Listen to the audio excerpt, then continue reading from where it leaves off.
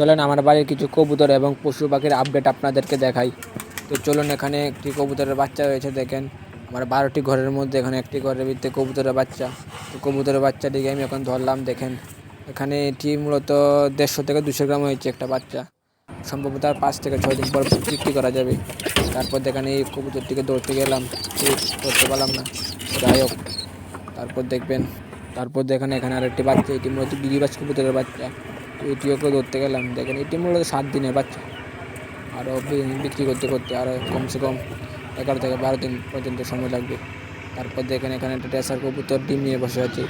তারপর কবুতরগুলোকে এখন খাবার দিলাম, খাবার সাথে সাথে এরা ঝরগা লেগে গেছে তার সাথে একটা। তারপর দেখেন আমার লক্ষা কবুতরটিকে ধরতে গেলাম, আর সে কীভাবে ঠুকুর দিচ্ছে আপনারা দেখেন। তারপর দেখেন এখানে একটি রেসার কবুতরের বাচ্চা, এটি মূলত আজই ফুটেছে বাচ্চাটি। তারপর দেখেন এখানে আর একটি সাদা কবুতর, এই কবুতরটি মূলত নর কবুতর এবং তার বাচ্চা দুটি। তারপর দেখেন এখানে দুটো মোরগ আজকে সকালে কিনে এনেছি আমাদের গ্রামের একটি কাছের বাজার থেকে। দেখেন এই কালা মোরগটাকে আর এই চিত্রা মোরগটাকে কিনে আনলাম। তারপর দেখেন এখানে 3টি পোলট্রি আসলে বাচ্চা। তারপর দেখেন আমার লক্ষা কবুতরটাকে ধরতে গেলে আমার কীভাবে টুকুর দিচ্ছে দেখেন।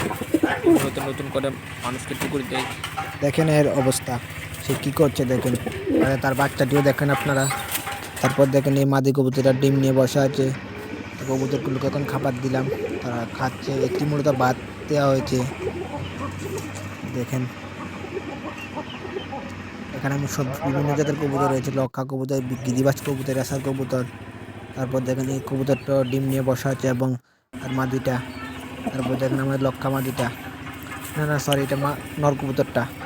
এই কবুতর সাদা কবুতরটা হলো মাদি কবুতর। আর বাচ্চাগুলো দেখেন কীভাবে যে টুকুর দিচ্ছে দেখেন আপনারা। তারপর দেখেন আমাদের সাদা বাচ্চাটা খুব বড় হয়ে গেছে। তারপর দেখেন এখানে দুটো কবুতর। তারপর দেখেন এই কবুতরটাকে আমি এখন ধরবো, কীভাবে ডানার বাড়ি মারছে দেখেন। তারপরে এই কবুতরটি দেখেন, এখানে মূলত একটি নর কবুতর এবং একটি মাঝি কবুতর বাচ্চা হয়েছে। তারপর দেখেন এই কবুতরটা পায়ে মোজা রয়েছে এবং খুব সাদা এবং খুব সুন্দর।